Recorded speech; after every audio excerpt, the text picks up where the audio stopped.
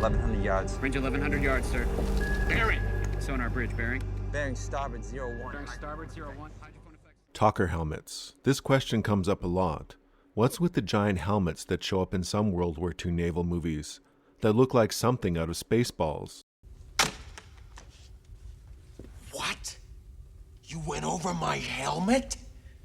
Well, the answer is going to be pretty short. The US Navy Mark II Talker helmet was specially designed for sailors tasked with transmitting orders, sometimes called talkers. Communication was often done by sound-powered telephone, which is a communication device that allows sailors to talk with each other without the use of external power, making them a very reliable communication tool on a ship. These phones are simply powered by the sound pressure of your voice. Speaking in a strong, clear voice generates enough current to carry sound to other phones on the circuit. It's like the cup and string method, but with a microphone transducer.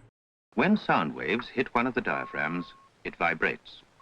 The vibrations travel along the string to the other diaphragm, which reproduces the sound. Reliable communication is arguably the most important thing on a ship. A ship is really a complex machine requiring everyone to work together. A World War II battleship needs almost 3,000 men to run efficiently. Keeping sailors safe while they relayed information was important, so these large helmets were designed to keep the talkers safe without interfering with their equipment. They were worn on the deck or bridge while in combat. The Mark II was developed in 1942, so it's unlikely they'd be in the Atlantic in early 1942, as shown in the movie Greyhound. Some talkers wore the helmet backwards, as the helmet limited movement of the neck when wearing a life preserver. It's interesting to see it being worn this way in a training video. He then passes the word to the skipper that all stations report manned and ready. No, go past this part. In fact, never play this again. Talker helmets were most commonly seen worn by one member of a deck gun crew who would be receiving and transmitting information for the gun. The helmet is usable wearing a gas mask and binoculars, and even offers some greater protection of the neck and shoulders. Talker helmets have their own style of liner made of rubber, with a spacer for headphones. They also have a chin strap similar to what you'd find on a paratrooper helmet.